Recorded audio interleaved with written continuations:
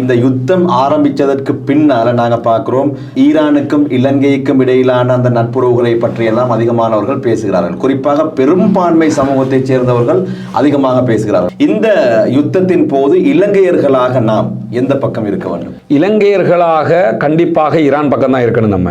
ஆனால் அரசுக்கு அப்படி இருக்க முடியுமாங்கிற ஒரு கேள்வி இருக்குது. ஏன்னு கேட்டால் அரசாங்கமாக நாங்கள் ஈரான் பக்கம் ஒரு மூவ் எடுத்துட்டாங்கன்னு சொல்லி சொன்னால் இப்போ இருக்கிற சூழலில் ஆல்ரெடி நமக்கு 10% டேரிஃப் போடப்பட்டிருக்குது டொனால்ட் ட்ரம்பால். அடிப்பான் 100% உங்களுக்கு வரின்னு அடிப்பான். அதனால் நாடாக ஈரான் மட்டும் என்கிற இடத்துக்கு நாடு போக வாய்ப்பில்லை. நாடு என்ன செய்வாங்கன்னா யுத்தத்தை நிறுத்துங்கள், சமாதானத்தை விரும்புகிறோம், இருதரப்பும் அமைதியாக போக வேண்டும், உலகம் நிம்மதி அடைய வேண்டும் என்று பயாம் பண்றதுக்கு வாய்ப்பு இருக்கிறது. அனுரகுமார் திசாநாயகியும் பயாம் பண்ணுவார், எல்லாருமே பயாம் பண்றதுக்கு வாய்ப்பு இருக்கிறது.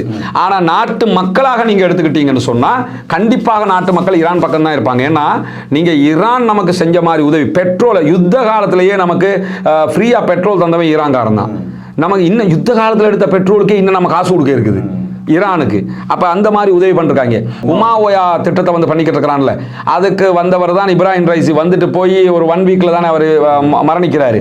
அப்போ உமாஓயா திட்டத்துக்கு பல பில்லியன் அமெரிக்க டாலர்களை கொண்டு வந்து கொட்டி நமக்காக பண்ணிக்கிட்டு இருக்கிறான். இங்கே நிறைய சேவிசஸை பண்ணிக்கிட்டு இருக்கிறான். எனவே நம்ம இலங்கையர்களாக கண்டிப்பாக யார் பக்கம் நிற்கணும்னா பாதிக்கப்படுகிறவர்கள் பக்கத்தான் இருக்கணும். இங்கே யார் பாதிக்கப்படுறா, ஈரான் போய் வலிய சண்டைக்கு போகலை, ஈரான் போய் யாருக்கும் அட்டாக் பண்ணலை, ஈரான் தற்காப்புக்கான யுத்தம் ஒன்றை செய்து கொண்டிருக்கிறது. அப்ப நம்ம ஈரான் பக்கம் இருக்கணும்.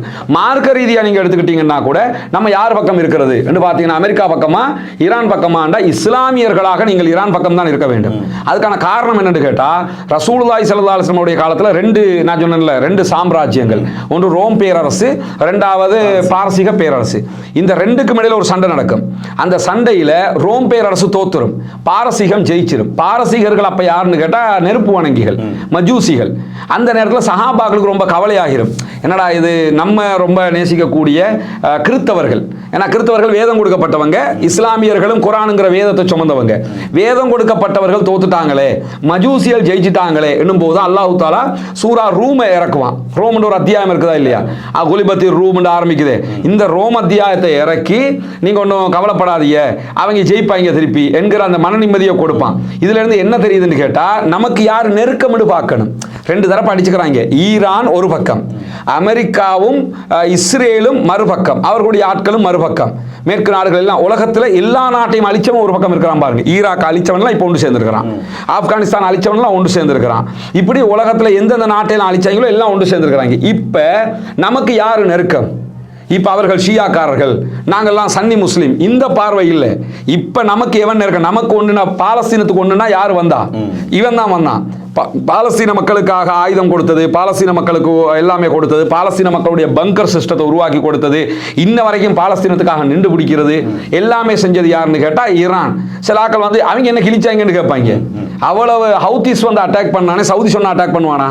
ஈரான் சொன்னா அட்டாக் பண்ணுவான். ஹவுதீஸுக்கு அவ்வளவு ஆயுதத்தை கொடுத்து அந்த செங்கடலை 2 வருஷமா கண்ட்ரோல்ல வச்சுக்கொள்ள வச்சது காசாவுக்காக யாருன்னு கேட்டா ஈரான் தான் வச்சுக்கிட்டாங்க. ஹவுதீஸ் குரூஸ் ஏவுகணைகள் அடிச்சானா இல்லையா இஸ்ரேலுக்கு? யார் சொல்லி அடிச்சாங்க? ஈரான் சொல்லி அடிச்சாங்க. ஹிஸ்புல்லா யார் சொன்னா அடிப்பான்? ஈரான் சொன்னா அடிப்பான். காசாவுக்காக அட்டாக்கு வந்து ஹிஸ்புல்லாவுடைய ஜெனரல் செக்ரட்டரி தலைவராக இருந்த ஹசன் நஸ்ருல்லா கொல்லப்பட்டார், ஃபுவாத் ஷுக்கூர் கொல்லப்பட்டார். எதுக்காக இவங்கெல்லாம் மரணிச்சாங்க? காசாவுக்காக மரணிச்சாங்க. அதே மாதிரி யமன் எவ்வளவு பெரிய அழிவுகள். யமன்ல போய் 2-3 தடவை 30-40 விமானங்களை போட்டு இஸ்ரேல் அட்டாக் பண்ணினான். எதுக்காக அட்டாக் பண்ணினான்னு கேட்டா நீ பாலஸ்தீனத்துக்காக நிக்கிற அப்படின்றதுக்காக அட்டாக் பண்ணா. இந்த மாதிரி முழுவதுமாக பாலஸ்தீனத்துக்காக நேரடியாக. மற்ற நாடுகள் எல்லாம் என்ன பண்ணாங்கன்னு கேட்டா சாப்பாடு கொடுப்பாங்க, அதை கூட உள்ள கொண்டு போய் கொடுக்க முடியுமா? கத்தார் கொடுக்குறான், துபாய் கொடுக்குறான், சவுதி கொடுக்குறான், ஒன்றும் ஏர் ட்ரூப் பண்ணுவாங்க. இல்லைன்னு கேட்டால் ரஃபா பார்டரில் கொண்டு வச்சுக்கிறான், கொஞ்சம் தொடங்களை நாங்கள் கொண்டு கொடுக்குறோம் அப்படிம்பாங்க. இவன் அதெல்லாம் பண்ணலை, நேரடியாக அட்டாக் பண்ணுறான், 2ல் 1 பார்த்துக்கிறேன்னு சொல்லி நிற்பான். அப்போ இது மாதிரி நின்றவர்கள் இவர்கள். மார்க் அடிப்படையில் நாடாகவும் நம்ம ஈரான் பக்கம் தான், நியாயத்தின் பக்கம் நிற்கணும். அந்த நியாயத்தின் பக்கம், மனிதநேயத்தின் பக்கம், பாதிக்கப்படுகிறவர்கள் பக்கம். மார்க்க அடிப்படையில் பார்த்தீங்கன்னு சொல்லி சொன்னால் நம்ம ஈரான் பக்கம் தான் நிற்க வேண்டும் என்றுதான் இஸ்லாத்தினுடைய மார்க்கத்தில் அந்த ரோம் சாம்ராஜ்யத்தினுடைய வெற்றி தோல்வி தோல்விகளை பார்க்கும்போது குர்ஆன் நமக்கு கற்றுத்தருவது. இதுதான் நமக்குரிய வழிமுறை. அதை விட்டு போட்டு ஃபேஸ்புக்ல போராளிகளாகி அங்க யுத்தம் பண்றவன் சண்டை பிடிச்சிட்டு இருக்கான்.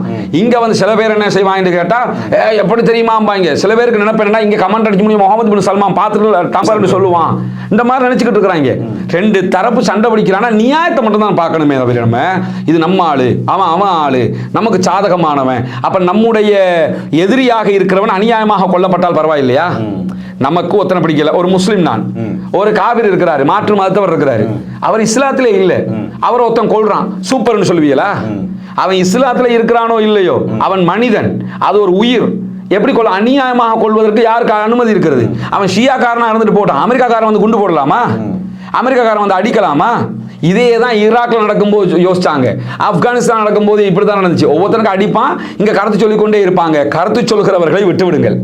நீங்க வந்து நியாயத்தை மட்டும் பாருங்க. நியாயம் என்று வந்தால் ஈரான் பக்கம் தான் நிற்க வேண்டும். நிச்சயமா. சகோதரர் ரஸ்மின் சொல்லி இருந்தார், சூரத்து ரூமை படியுங்கள், அலிஃப் லாம் மீம் குலிபத்திர் ரூம் ஃபீ அத்னல் அர்தி வஹும் மின் பாதிஹிம் கலபிஹிம் சயக்லிபூன் என்று வரக்கூடிய அந்த அல் குர்ஆனிய வசனங்களிலே இவர் சொன்ன விடயங்கள் மிக தெளிவாக இருக்கின்றது. அதனுடைய தமிழாக்கத்தை படியுங்கள் என்பதையும் இந்த இடத்திலே ஞாபகப்படுத்திக் கொள்கின்றேன்.